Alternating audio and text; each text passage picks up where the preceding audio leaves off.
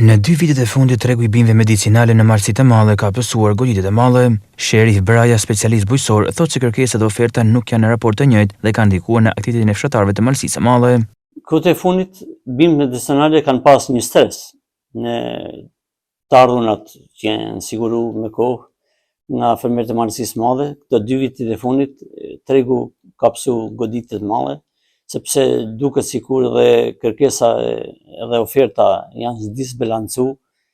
Kjo ka niku për keq në kultivimin e bimëve dhe në aktivitetin e fshatarëve të Malësisë së Madhe. Për specialistin Braja, tarifa vendosur nga Trump për produkte që shkojnë nga vendi ynë drejt SBA rëndon mbi kurrizin e fermerëve në Malësitë e Madhe. Tarifa e vendosur nga Shteti Amerikan për kulturat për produkte që importohet, që eksportohen nga vendi jonë në Amerikë, edhe pse duket sikur jena të privilegjuar nga taksa 10% që ka vendosur Shqipërisë, në krahasim me disa shtete, se në Serbi ka vendosur 35%.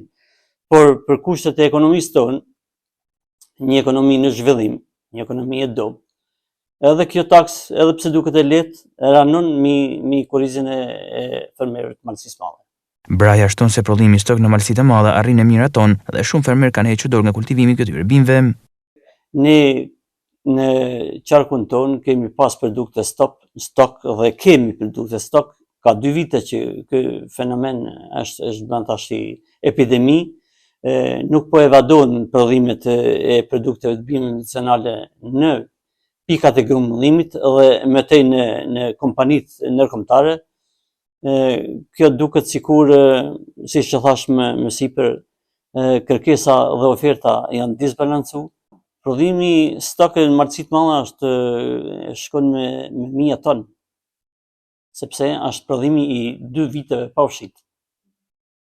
Edhe fermat, këto pikat e grumbullimit në Malësinë e Madhe kanë dhënë produkte vetëm sa të vazhdojnë aktivitetin e tyre ekonomik, edhe i kanë marrë produktet nga që ka prodhime stok, fermerët nga që s'kanë edhe mundësi magazinimit e kanë shit nën kosto. Disa fermerë ruajnë me shpresën se do të ndryshojnë situata, por kjo situatë vazhdon. Tani po bën gati për prodhimin e vitit të ardhshëm, shtohet kosto edhe më shumë, situata është e vështirë. Ka shumë fermerë që kanë hequr dorë nga kultivimi i këtyre bimëve, ato janë degradimit. Sipas specialistit, zgjidhja vetme është paksimi i sipërfaqe të mbjellura me bimë medicinale dhe ulja prodhimit.